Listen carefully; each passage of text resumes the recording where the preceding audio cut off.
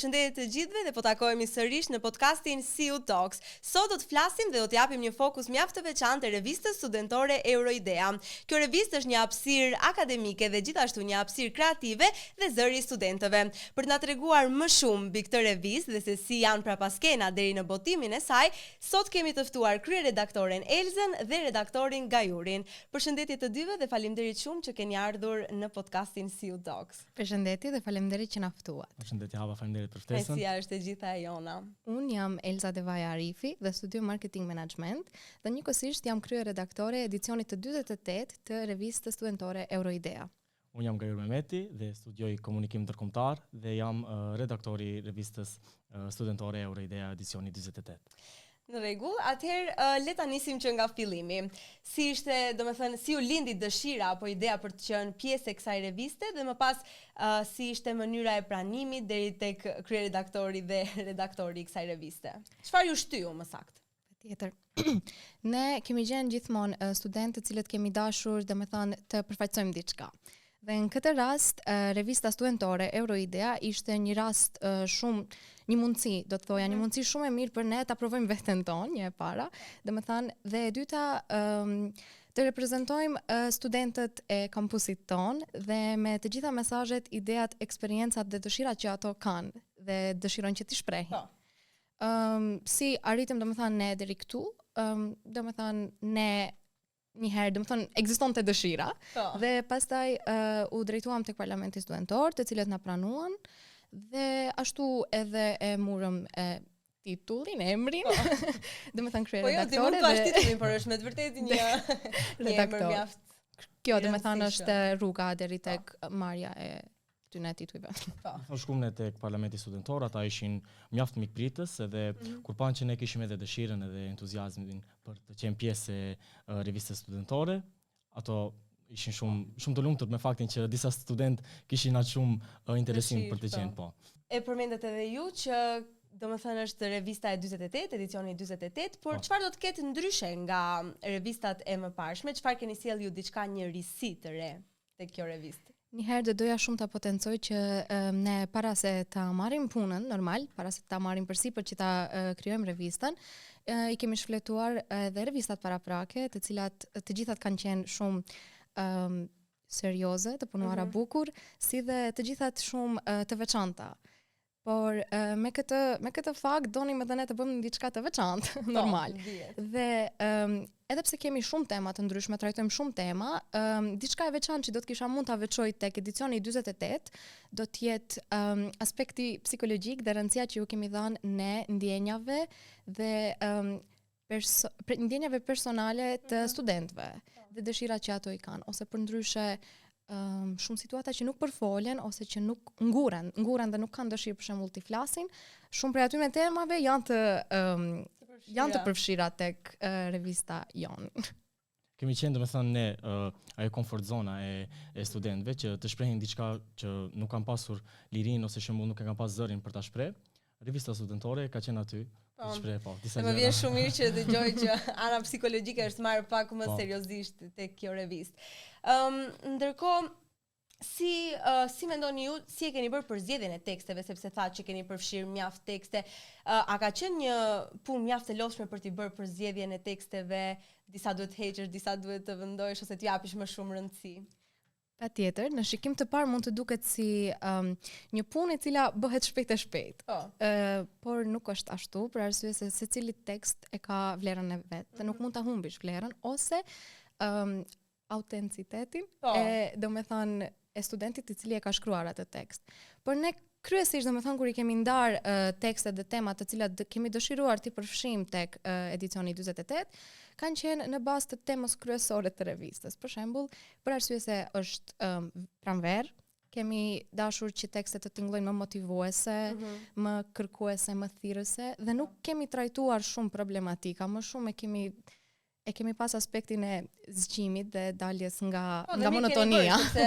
Mjafton, kemi shumë revista që kanë mjaft, domethënë atë përmbajtje. Përmbajtje mjaft nuk e di, jo të keqe, por fokusohen më shumë për shembull tek ana e keqe të qelit një student, jo tek ana e mirë ose tek ajo. Po, tek ana pozitive. Tek ana pozitive. Specifikisht edhe puna e redaktorit, mund të flasë më shumë nga juri, është e rëndësishme dhe ai është ai që i seleksionon tekstet më shumë. Po, absolutisht njerë tekstet kur i shikojmë, si thash më e rëndësishme është ne autorit, studentit mos ja humbim atë realitetin edhe shkrimin që e ka bërë. Mundohemi gjithmonë të rrim në ato përmasa që e kanë shkruar ato tekstin, mos të ndryshojmë. Po normal që një tekst duhet të redaktohet edhe të rregullohet se do jetë në syrin e gjithë njerëzve dhe do e shikojnë të gjithë, prandaj duhet të jetë pak në mënyrë më perfekte. Po. Ndërkohë e theksove edhe ti se të gjithë njerëzit do ta shikojnë këtë revistë, por për të gjithë studentët dhe stafin e universitetit që janë të interesuar për këtë revistë, kur do të jetë botimi dhe më pas ku mundet që studentët dhe stafi ta gjejnë këtë revistë për ta marrë dhe për ta shikuar se çfarë keni krijuar ju aty. Si fillim, të duhet të potencojmë se revista planifikohet të dalë brenda këtyre 2 javëve, do të thonë të botohet brenda këtyre 2 javëve. Si do ta marrin informacionin studentët, stafi dhe të gjithë të tjerët që janë të interesuar, është një herë, domethënë nëpërmjet rrjeteve sociale, ne jemi aktiv. Po, nuk e theksova e këtë që me të vërtet keni qenë mjaft aktiv dhe çdo hap tuaj ne kemi parë siç duhet në rrjetet sociale. Andaj ju përgëzoj për këtë. Faleminderit. Dhe ne do të kishim pas dëshirë që ditën e botimit të lëvizim nëpër kampus dhe t'i shpërndajmë një herë revistat, për arsye se nuk mund të vinë tek ne pa shkuar ne tek ato, normal, ne i vlerësojmë të gjithë studentët edhe stafin e universitetit tonë dhe kishim dashur t'i nderojmë ata me atë punën tonë që ne e kemi bërë. Kështu që ajo mendoj se do jetë kryesorja se si do t'informohen studentët. Por në qoftë se matutje do të ketë se dikush dëshirë për më shumë revista, atëherë besoj se ato revista do të ruhen tek zyra e Euroide, se cila është me njëherë ngjitur me zyrën e kryetarit të parlamentit studentor. Duke potencuar se revista është falas. Edhe po. Interesimi i studentëve nëse është duan ta shpletojnë ose të marrin nga një revistë, e potencuar se revista është falas. Ndërkohë, sa ka qenë interesimi ose le ta themi kështu, sa janë inkuadruar studentët e tjerë në këtë revistë? A kanë qenë ndihmë për ju? E habitshme pak, por shumë, mendoj se shumë. Studentët kanë treguar interesim të mjaftueshëm. Ne zakonisht njoftojmë studentët nëpërmjet emailave zyrtar të Euroides, edhe interesimi i studentëve pak na ka habitur me Elzën. Nuk e kemi pritur aq shumë, po ja që kanë treguar një interesim të madh. Po interesimi i studentëve është ajo që na kënaq neve më shumti. Mendzi e presim për shembull kur dërgojmë ndonjë email të marrim feedback. Po, patjetër. Ajo është kryesorja. Dhe jemi shumë të kënaqur për faktin se studentët kanë dëshirë domethënë të flasin, por është edhe shumë e rëndësishme që tu jepet një mundësi ose një vend se ku ato do të shprehin. Normale, ajo revista ka ekzistuar, nuk e kemi shpik ne. Por domethënë secili vit akademik besoj se ashtu edhe ndryshohen redaktorët. Ne kemi dashur ta bëjmë më të mirën, domethënë nga unë dhe nga Gajuri, që t'u japim mundësi studentëve. Atëherë përveç gjërave të bukura dhe të mira që ju tashmë na treguat, besoj që kjo punë ka qenë e lodhshme dhe ka pasur edhe sfidat e veta, gjërat të cilat le të themi janë pak më të rënda për t'u kaluar. Si keni menaxhuar dhe domethënë a mund na tregoni pak a shumë cila ka qenë mbështetja juaj më e madhe gjatë kësaj kohe? Të dy mendoj se mund ta potencojmë sfidën kryesore, e cili ka qenë menaxhimi me kohën. Menaxhimi me kohën është shumë sfiduese. Për arsye se ne edhe normal jemi studentë të rregullt dhe kolokvium, provim, projekte, edhe Euroidea mbi, por me shumë kënaqësi e kemi punu, por mund ta veçojmë si një sfidë shumë pak më e vështirë se sa këto sfida tjera që mund të kalohen ndoshta me fokus ose me punë. Kjo është diçka që nuk kalohet bashkë me punë, për arsye se ka edhe punë tjera. Po. Edhe normal mbështetja më e madhe mund të themi që jemi njëri tjetri sepse ne jemi edhe miq, edhe normal edhe puna rrjedh më lirshëm edhe më lehtë. Edhe komunikimin e kemi më të lehtë në punë. Ta potencojmë se për arsye se jemi miq, ma kollaj dhe përlahemi. Po, ajo ndesheni shumë më lehtë në mendimet e njëri tjetrit. Kaluese. Po, kaluese. Mund ta potencojmë edhe se mbështetje na ka ardhur parlamenti studentor. Po ashtu edhe universiteti, domethënë rektori dhe këto të gjithë stafi i universitetit është shumë mikpritës. Po. Dhe po ashtu kemi vendosur domethënë të inkuadrojmë edhe sponsor, kështu që këto lloj probleme të dal. Cilët janë sponsorët tuaj dhe si ka qenë financimi i kësaj reviste? I lehtë përmes sponsorëve ose? Këto thoja se është i rënd, por edhe nuk është shumë situatë domethënë e lehtë. Nuk ti specifikojmë sponsorët tani për tani, nuk është kohë adekuate se ende jemi në mbledhje e sipër. Por keni patur domethënë interesim Një të qenë sponsor.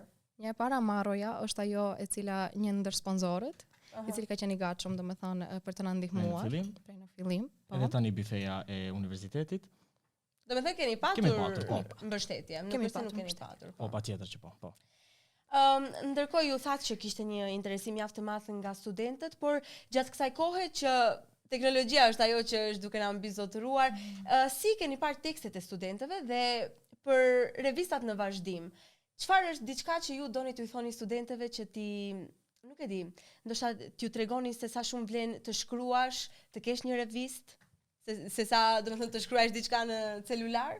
Gjëja e parë, domethënë unë si redaktor që e kam bërë kur kam marrë tekstet, i kam pa ajon me ChatGPT, ajon me AI.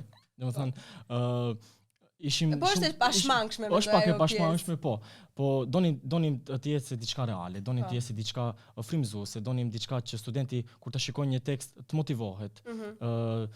Të jetë diçka me emocion, të jetë prej studentit, jo prej rrjeteve sociale, jo prej inteligjencës.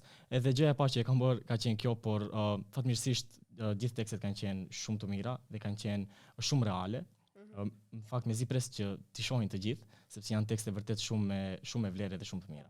Është shumë e rëndësishme që të gjithë studentët ta kuptojnë faktin që tekstet të cilat shkruhen nuk duhet të jenë tekste shkrimtarësh të mëdhenj, janë tekste studentësh dhe ajo është arsyeja sepse kjo revistë është e veçantë për arsye se janë tekstet e studentëve. Dhe të shkruash diçka është gjithmonë një hap i mirë, domethënë se ti e sfidon veten, se ti e mendon se mund shkruash diçka, por kur ulesh ta shkruash nuk është edhe aq e lehtë. Kështu që përderisa kemi njerëz që shkruajnë, atëherë kemi një plus të madh. Dhe kemi njerëz të cilët janë, domethënë dëshirojnë të ndajnë të gjitha idetë e tyre me botën ose në këtë rast me kampusin, është gjithmonë një plus. Ne definitivisht nuk kërkojmë shkrimtar, ne kërkojmë ide prej studentëve dhe ne i mirëpresim ato ide dhe mund ta shfrytëzojmë këtë rast që të bëj thirrje që të vinë tek Euroidea nëpërmjet emailit ose domethënë në mënyrë fizike, nuk është problem, dhe të shprehin atë që duan nga ne dhe të flasin qoftë për gjëra pozitive, qoftë për gjëra negative, ne jemi gjithmonë të hapur dhe plus i kemi shumë dëshirë këto sfida ku për shembull studentët kanë dëshirë të flasin për diçka që nuk u pëlqen ose për diçka që u pëlqen tepër, këto i mirëpresim shumë. Kështu që tekstet të cilat do të shkruhen janë kështu lloj forme. Besoj se janë tekste që shkruhen nga mund të shkruhen nga secili student, plus mendimën e redaksisë dhe mendimën e lekturimit. Nuk është ndonjë problem shumë i madh. Mjafton thjesht të kenë një dëshirë, pastaj puna tjetër është më e lehtë. Dëshira është ajo kryesorja.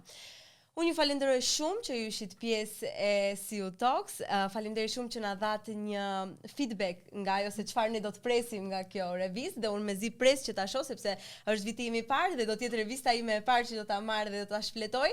Por me atë çfarë unë dëgjova, besoj që do të jetë një revistë mjaft e bukur dhe mjaft e mirë. Dhe mezi pres edhe një herë. Faleminderit që ishit pjesë. Faleminderit juve. Atëherë folëm kështu me Elzën dhe me Gajurin për sa i përket edicionit të 48 të revistës studentore Euroidea. Mirpo ajo çfarë ne nuk përmendëm është se përveç teksteve të cilat do të përfshihen me autor, ju mund të dërgoni edhe tekste të cilat do të mbeten 100% anonim. Faleminderit shumë që na dëgjuat dhe që keni shprehur interesim për këtë revistë. Unë shpresoj shumë që të keni marrë informacion të duhur për revistën Euroidea dhe të jeni frymëzuar sadopak nga ne. Mirëmbëjtje deri në episodin e radhës.